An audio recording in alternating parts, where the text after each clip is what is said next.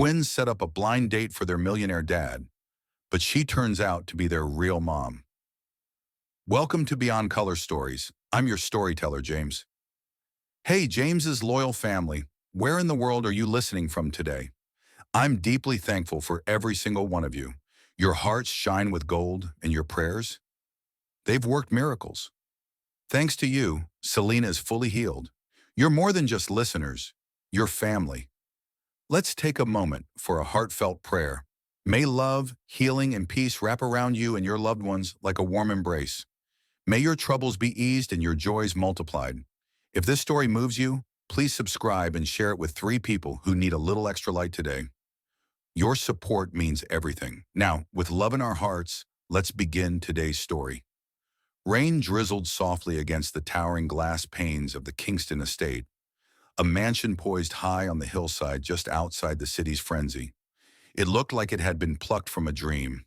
Sleek lines, marble surfaces, gold accents, and towering windows that gave the clouds a front-row seat to its master's solitude.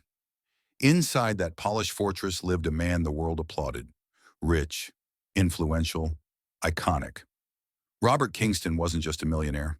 He was the face of triumph, gracing magazine covers and business summits. But none of those glossy spreads captured the echo of emptiness that filled his halls each night. Robert's presence could command a room in seconds. He had that rare, steady power, the kind born from silent battles and victories no one saw. His beard framed a strong, unreadable jaw, his dark hair combed back neatly, now kissed with the slightest silver, earned, not age. Yet his eyes held a sorrow locked too deep for words. For a decade, he had built empires inside this glass fortress, raising 2 sons who were his heartbeat, Roy and Rock.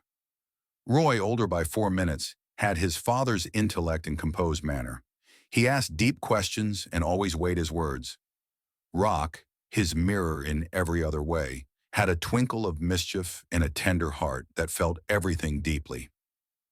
They were 10 years of laughter and luxury, yet even their young hearts sensed something missing. The estate shimmered with light, but only the boys made it truly alive.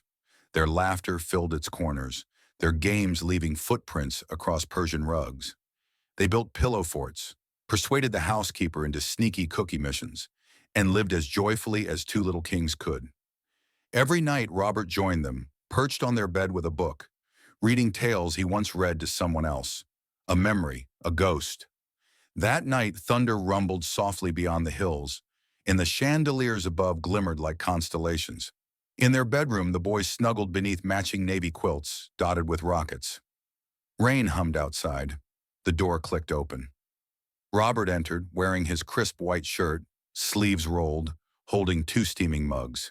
"One for Roy, one for Rock," he said, placing them down. "Thanks, Dad," they chimed, eyes shining with warmth. He sat between them, elbows on knees, tired but present. Roy glanced at Rock, then up at his father. "Dad," Roy said slowly, "do you ever think about love?" The question hit Robert like a whisper from the past. He froze. His breath paused. The mug in his hand trembled before he placed it down. Silence deepened. Rock sat up. "Not hugs and kisses love. Real love. The kind in stories. Before us." Robert's eyes darkened, not in anger but in memory. He stared at the floor like it had become a portal to the past. "There was someone," he said, voice low and far away. "A long time ago." "Was she pretty?" Rock whispered, a flicker of a smile. "The most beautiful woman I've ever seen." "What happened?" Roy asked softly. Robert looked at them, the weight of 1,000 sleepless nights etched into his gaze. "I lost her." No more words. The silence returned. He kissed their foreheads. "Good night, my sons." Then he left, the door closing with a quiet click. Inside, the boy sat still. "He looks so sad," Rock said. Roy nodded, like he was remembering something. "Someone. Think she's still out there?" "I don't know, but we should help him find someone who makes him smile like that again." Rock grinned. Roy's eyes sparkled. "Operation? Love for Dad." The twins didn't know the woman their father had loved. They didn't know her name or why he never spoke of her. But they knew he deserved joy. They had seen him awake late into the night, staring at his phone, lost in thought. They had spotted a hidden photo in his desk drawer, one he never let anyone touch. By morning, the mansion hummed with quiet plotting. While the maids dusted and the chef prepped breakfast, the boys snuck into Robert's study. "He always leaves his tablet here," Roy whispered. "Do you know the password?" Rock asked. Roy smirked. "His birthday. Backwards." In minutes, they were in. They found an app with a red heart icon. "Elite match," Rock read. "Perfect," Roy whispered, opening it. They scrolled through dozens of profiles. Too stiff, too fake, too much makeup. Then they saw her, a woman with rich brown skin, radiant braids, and a smile that looked like it could hold the whole world. Her name was Elle. "She's pretty," Rock whispered. Roy nodded. "She feels right." Without hesitation, they typed, "Hi, Elle, I'd love to meet you." Dinner Saturday. Send. Destiny sealed. They had no idea who she truly was. Neither did she. But in setting up that date, they had unknowingly invited their own mother to dinner. Roy and Rock exchanged wide-eyed grins, hearts racing. Their secret mission had begun. They were determined to bring their dad joy again, completely unaware of how deep the story would go. Outside, rain streaked the mansion's glass walls like soft tears. Inside, the twins whispered about Saturday, dreaming of their father's smile. Miles away in a modest apartment lit by a single warm lamp, Stella read the message. Her smooth skin glowed in the dim light, and her long braids were pinned to one side. She looked calm, poised, but her heart was a trembling mess. It had been 10 years since she had spoken to Robert, 10 years since she had walked away, 10 years since that night fractured her soul. She had tried to rebuild, alone, raising twin boys, working endlessly, trying to heal, but a quiet ache never left her. And now this message. "Hi, Elle, I'd love to meet you. Dinner Saturday." Short, simple, but it sparked something inside her that had been buried. Was this fate or some cruel prank? Could she face the man who haunted her dreams? She never expected to date again. Her past had left scars so deep they sometimes swallowed her whole. Yet deep within her chest, a fragile whisper rose. Maybe, just maybe, this was a second chance to heal, to forgive, to love again. As Saturday neared, Stella wavered between doubt and hope. She told her best friend Tanya, her rock. "You should go," Tanya urged. "Not for him, for you. You deserve to know if love's still waiting." Stella nodded, heart thudding like a drum. Back at the Kingston estate, the twins buzzed with energy. Robert went about his usual day, unaware of the boys' secret plan. Yet something tugged at him, an emotion he hadn't let in for years. He noticed their smiles, their quiet excitement. But he didn't ask. They guarded their mission well. When Saturday night arrived, the mansion sparkled under chandeliers. Fresh flowers scented the air. Polished wood gleamed. Robert dressed in his favorite suit, charcoal gray, crisp white shirt, soft cologne. Every detail flawless. But inside, nerves twisted. A strange anticipation, something long forgotten. Meanwhile, at a cozy, softly lit bistro tucked in a quiet corner of the city, Stella stepped inside. Her emerald dress hugged her frame with elegance. Gold cuffs shimmered in her braids. She looked radiant, confident, composed. Yet her mind swirled with questions. What if this opened old wounds?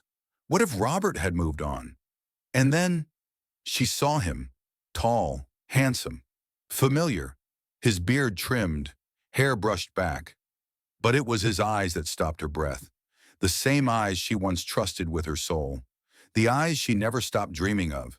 Their gazes locked across the room, her bottom lip as if the truth itself might bleed from it. Her gaze drifted to the edge of the rooftop, where the city lights blinked like distant secrets.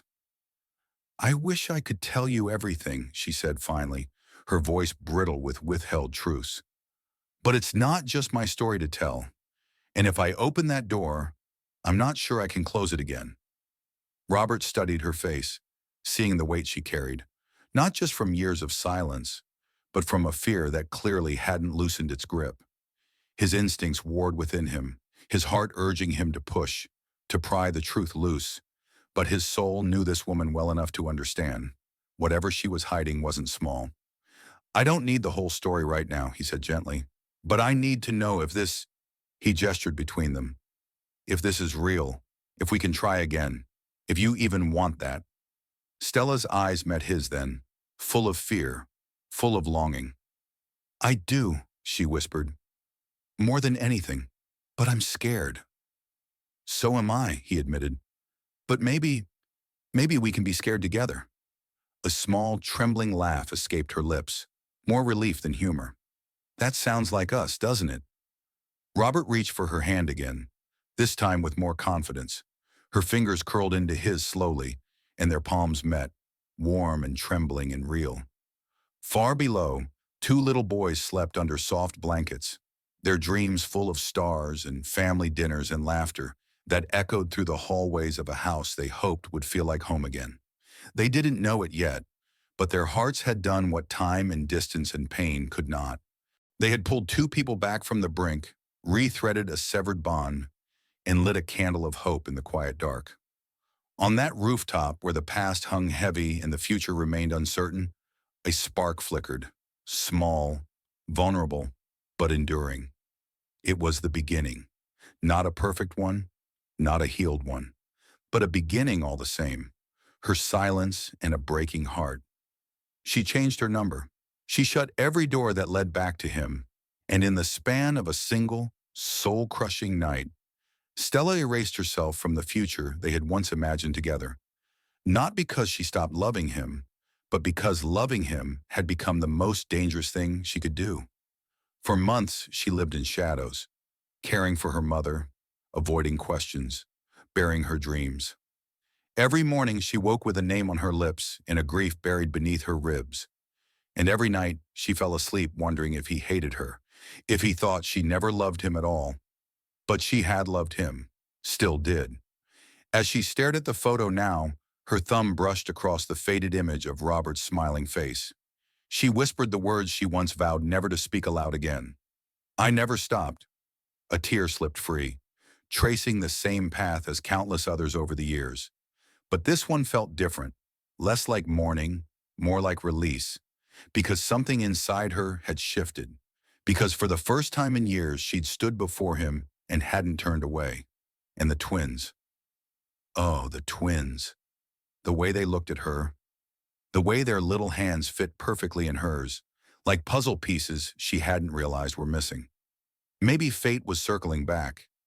Maybe there was still time. Tomorrow. Tomorrow she would begin to tell him everything, not because she owed him an explanation, but because he still looked at her like she was worth understanding. And deep down, she still wanted to be known, every beautiful and broken piece of her.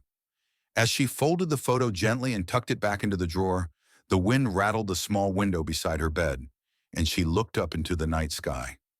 "Please," she whispered to no one and everyone, "don't let it be too late."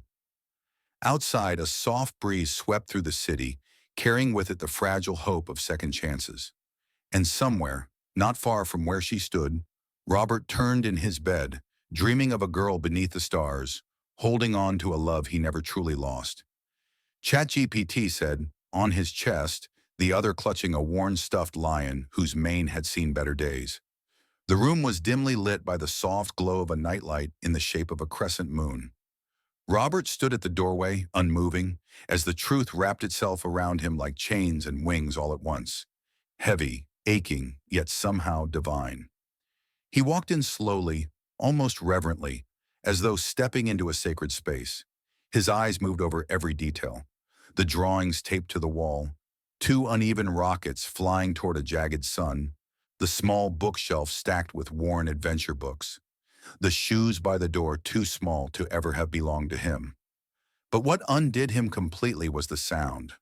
Gentle, rhythmic breathing, the kind that only comes from the peace of innocence.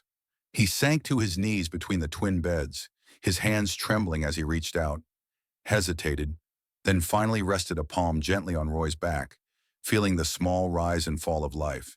His life. Rock shifted in his sleep and murmured something incoherent but didn't wake. Robert's chest heaved. I missed everything, he whispered again. But this time it wasn't hollow. It was reverent, broken, awed. But I'm here now. The tears he hadn't allowed to fall in front of Stella now streamed freely. He pressed a kiss to each of their foreheads, careful not to wake them, then just stayed there on the floor, letting the silence speak. It said, "You're not too late, not yet." In the dark, Robert reached into his coat pocket and pulled out the ultrasound photo, placing it gently between the boys' beds like a forgotten prophecy finally fulfilled. Then he leaned back against the wall, knees pulled to his chest, and whispered words that carried the weight of years lost, and a vow born in the quiet of a sleeping room. Tomorrow I'll tell you everything. I'll tell you how much I loved your mother, how I never stopped, how I looked for her in every crowd, how I didn't know you were the echoes I was hearing in my heart every night. He paused, his voice barely a thread of sound. And if you'll let me, I'll make up for it. Every missed second, every lost day. I'll be your father, if you'll let me. Outside the window, the city sighed under the weight of 1,000 stories. But in that small room, time bent, just a little, as a man broken by truth and rebuilt by love kept vigil over the two lives he never knew he had created. And in the silence, something sacred settled in the space between them. Not forgiveness, not yet, but the fragile, flickering beginning of a new chapter. A chapter where Robert wasn't alone anymore, where Stella didn't have to hide, and where Rock and Roy, without even knowing it, had brought back a love that once was buried and now, against all odds, was beginning to rise again. The branches like a constellation brought to earth. A small table sat in the center, covered with a crisp white cloth, candles flickering gently, and a single bouquet of wildflowers, her favorites, resting in a delicate vase. Robert took her hand, leading her through the garden path, heart pounding, every step carrying the weight of years lost and now found again. Stella's eyes sparkled, unsure but hopeful, as she glanced around the enchanted space that felt like a dream, woven from love itself. He stopped beneath the largest tree where the fairy lights hung thickest, casting a soft glow over his face. Dropping to one knee, he reached into his pocket and pulled out a small velvet box. The moment held no grand spectacle, only the raw truth of a man who had weathered storms and was ready to build a future. "Stella," he said, voice steady but filled with all the emotions he'd carried silently for so long. "I don't want to waste another second without you by my side. Will you marry me?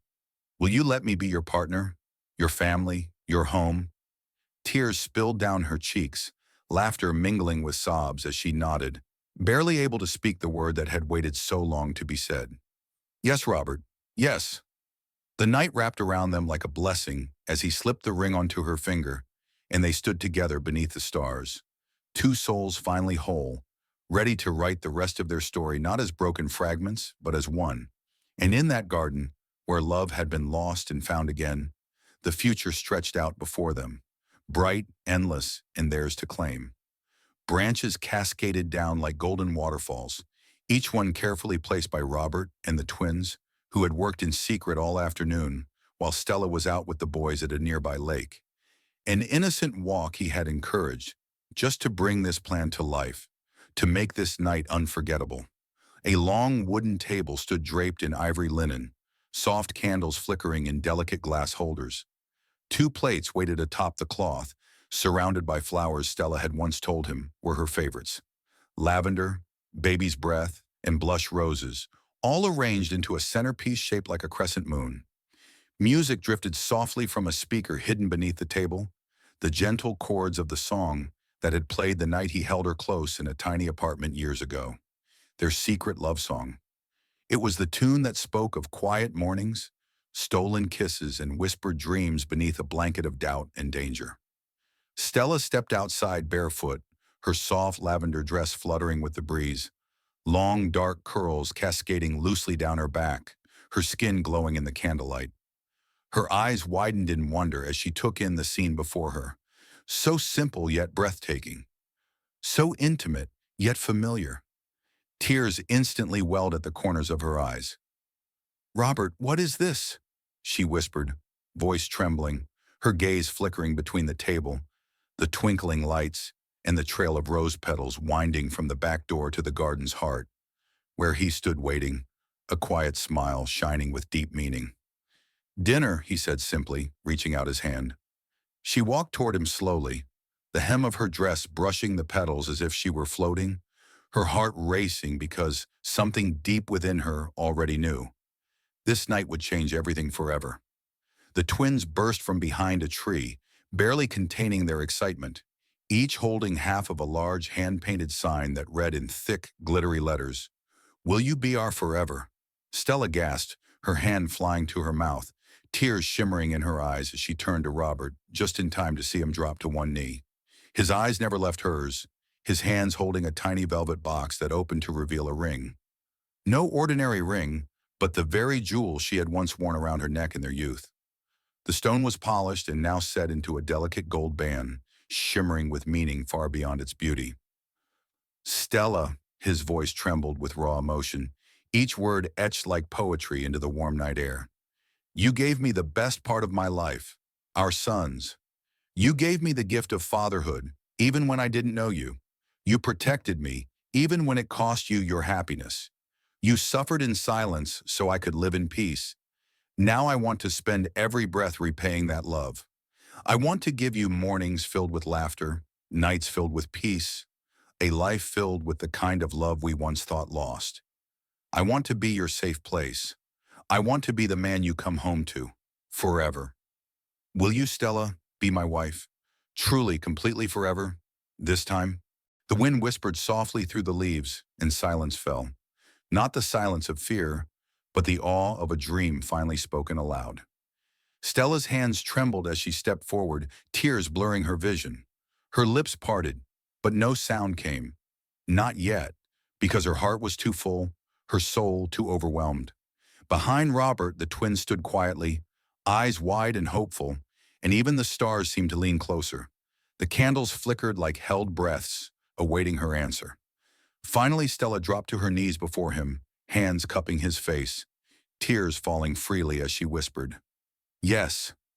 1,000,000 times yes, Robert. In every lifetime. Yes." The moment blossomed open like spring's first flower. The backyard filled with the soft echo of the twins cheering and jumping, while Robert wrapped his arms around her as if he would never let go again. The ring slid onto her finger with gentle, trembling hands. Her laughter mingled with sobs as she kissed him over and over. Love rising like a crescendo in a symphony composed by time, pain, and redemption. They danced barefoot beneath the twinkling lights, the soft grass cool beneath their feet. Their boys ran in circles around them like satellites orbiting the sun, and the ring sparkled each time she twirled, each time she looked up at the man who had always been her home, her heart, her forever. Later, long after the boys had fallen asleep in the living room, piled in blankets and giggles, Stella and Robert sat on the garden bench where they had first kissed. Fairy light still glowed above them, her head resting on his shoulder, their fingers interlaced. "Do you remember the first time you brought me here?" she asked, voice drowsy with contentment. He laughed softly. "You were wearing that ridiculous leather jacket, trying not to look nervous." "I was terrified," she admitted. "You had that necklace on, the one with the gem I used for your ring. I used to stare at it just so I wouldn't stare at your lips." She smiled, turning slightly to look at him. "You can stare now. You're allowed." "Oh, I planned to," he murmured, pulling her closer, brushing his lips to hers in a kiss that tasted of forever. As stars blinked above and the breeze rustled the trees, laughter and promises lingered in the air like perfume. Robert and Stella sat in the cradle of their love, no longer lost, no longer hurting, only healing, only building, only loving. This time, they knew they had all the time in the world to get it right.